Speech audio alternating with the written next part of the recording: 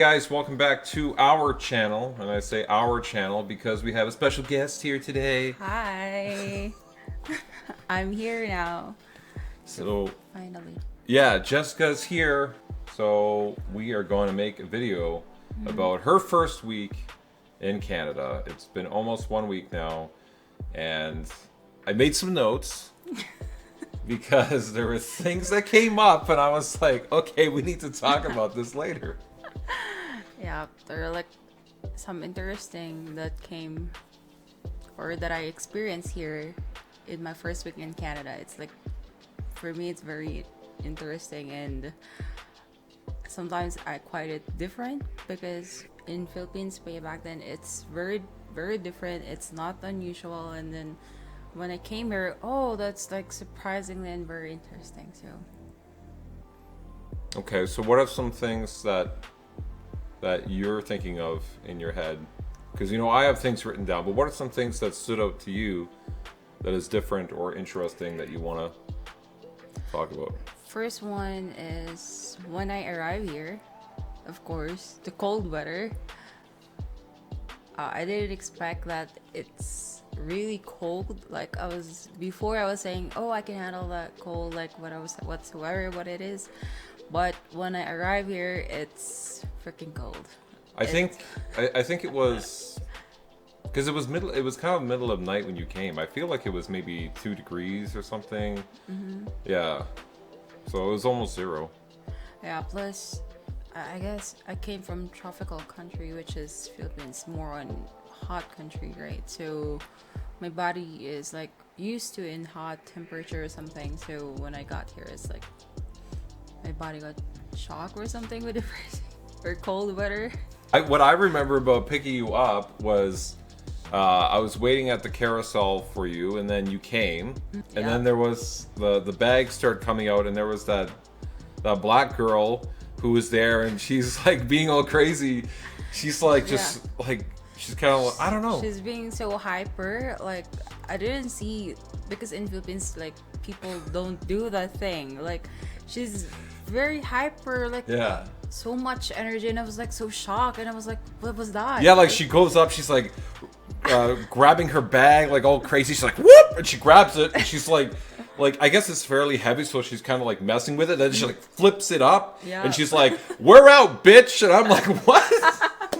I was like, "Oh "This my is God, your intro?" What's that? I was like, I was surprised. Like, oh my God! Like, I said, "What's that, babe?" Like, and then she's looking at me. I was like, "What's that?" I was like, we kept looking at each other, and I was like, "What's that?" I was like, she was weird. I was like, this is like the first intro to being in North America, and you're like, you just see some crazy people.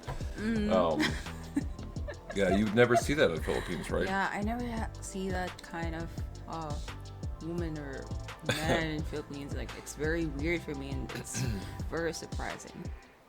So yeah, then we came home, and I remember the first thing that came to my mind was you were like, hey, do you have hot water throughout the whole house? Because you thought I only had hot water, what was it, in the kitchen or something? Or what? In kettle or Yeah. So I was like, do you have hot water in bathroom or something? Yeah. And because I want to take a shower because I feel so like smell not good from travel. Like I travel for like 1 day. Which I didn't notice, honestly. I thought you were Alright, and then Shine have like a bathroom, but I don't know how. I know how to open the shower thing, but I didn't know like you have to. What do you call that? Yeah, okay, so like in order to turn on the hot water, you have to go from cold to hot. Like it's one side, so you flip it all the way to hot or a bit to cold. And so she goes in the shower and she just turns it a little bit to turn the water on, and it's cold water, and I just hear ah! And then it goes I was off. shouting inside the bathroom. Yeah. I was like, And then I hear it so again. cold? Ah! And you did it like 3-4 times. I'm like, what is happening? Why does she keep screaming? And I go in and I just see you like turn it a little bit, turn it to cold, and then the water hits you, and then you freak out. And I was just like, okay. Yeah, because I just stay on the part of cold water, Yeah. and I was like, the shower or the water like sprinkling on me, and then I was like, oh, why it's so cold? Yeah, Why it's so cold? I was saying. You stand outside of the shower, you turn it on to hot, you wait till it heats up, the hot water gets there, and then you go in. Well, that's like very like that's the first intro that I got. I feel kind of embarrassed with that part, but I know it's my first time, so that's how it is, I guess. Okay, other things. So then I took you to Costco, which was like the first day. How was that for you? Because obviously Costco's a big thing here in terms of it's more of like a warehouse kind of store. Like you get all your groceries and stuff there, but yeah, I warned you that it'd be bigger sizes. Yeah, so when I enter with Costco, I see a lot of stuff. Like it's like for me, it's just normal thing. But as we go along, I was like, oh my god, why you have like a bunch of like you need to buy the wholesome item. Like for example, you will buy a carrot or potato. Like it's like how many you just need one or two, because in Philippines if you're buying like if you want to cook something and then you just need one potato, you can buy in a small store, they call it sari-sari store, or in what do you call that, mini mart, and then you can buy at least one piece or something, two piece, and that's it.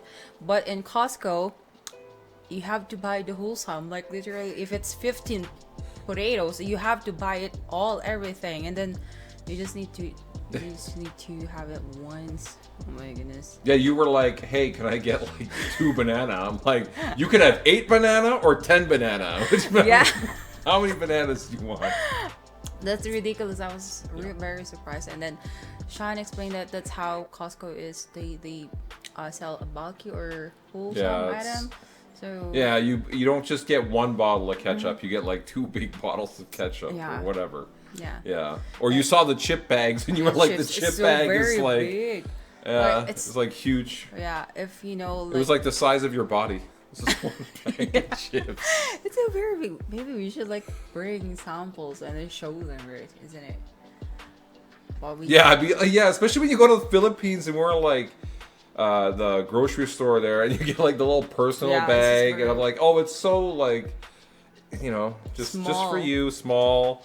And then it's like you come here and it's like the opposite. It's like this massive bag. So I was like kind of surprised and having culture shock when it comes to the food, because they were a lot. Okay, other things that I noticed was you didn't know how to use the seatbelt and you were unaccustomed to seatbelts. So we get in the car, I'm like, okay, put your seatbelt on. You're like, what? I'm like, what do you mean, what?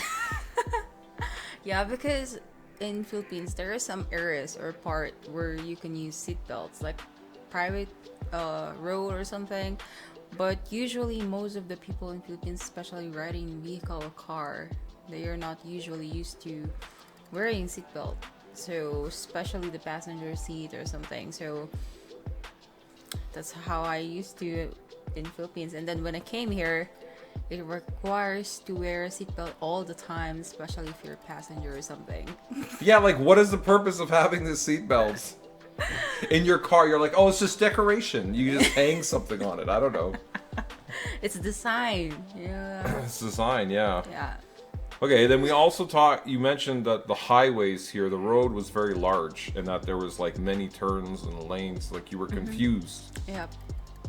Yeah, I kind of confused with the lanes, especially the roads, especially with the crossing. There's like a lot. Plus, there's a big like stoplight thing, and I don't know where to look at or something. Like I'm kind of confused. But as long as, like, as go along, I think I'm getting used to. But because in Philippines we have like a lot of traffics. Yeah.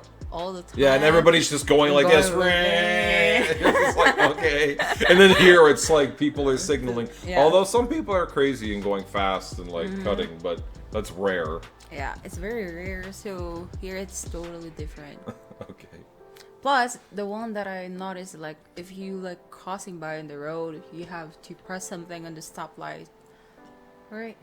Yeah, to walk. There's a button you press, and then eventually it'll give you a sign like of a walking person, and then that means you can walk across the road. Yeah, I noticed that one, but some areas in Philippines it has to, but not all the time. Like all crossing a line or something. Here in Canada, it has a lot. Like every crossing, it has, right? If I'm not mistaken. Yeah, well, in general, yeah, it should. Yeah. Okay, then I remember, so we were at the house, and then you said, does anybody live here? You're like, is anybody living here in this whole suburb? There's all these houses, but you never see anybody. Yeah, because as I can see here, like, I opened the window or the blinds or something, and then I was like, there's a lot of houses and everything, and then it's very peaceful and quiet, and then I was like asking Sean, is there any people living in here? Because I'm not showing any people. Like, it looks like it's just us living in here. I said. Yeah. And then it's like, even when I brought you here, it's like, we're driving to the house. Mm-hmm. I hit the button to open the garage door. I drive into the garage, and then I close the button. You never go inside. You just drive your car into the garage, and then you go inside. You don't need to be outside. Yeah. So it's different because in Philippines, like, people always all outside. Plus, we have a lot of different kinds of public transportation, right? So that's why people like going. But here in Canada, most of the people like own a car. But most people own a car. There is also a public transportation, but mostly it's bus, right? Bus or train here. Yeah, train. Yeah, or you take the bus to the train, and then because the train doesn't go everywhere. Yeah. All right, so this was a big one. Not being able to put water on your butt, so you don't like using toilet paper on your butt. And I was like, that's what we do here, is we all use toilet paper. And so I was like, we had to buy a bidet, which I have used in the past, so I get it. Mm-hmm. So we bought a bidet. But what is up with the whole thing with you can't just wipe? You have to have like wet naps or a bidet. Yeah, bidet. Yeah, because in Philippines, even in our house in Philippines, we have bidet, or we call it tabo for Tagalog term. Like, we're used to use that for washing our butt when after you do pooping or something. And here in Canada, I was so shocked. Like, it's literally using only tissue. And Sean explained me that every time you go or anywhere, especially I noticed that in airport as well.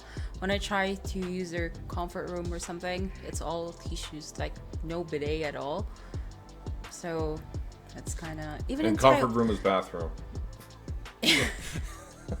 They call it comfort room. I don't know. I'm like, are you really comfortable in the bathroom? Maybe in the woman's bathroom. That's what I always assumed.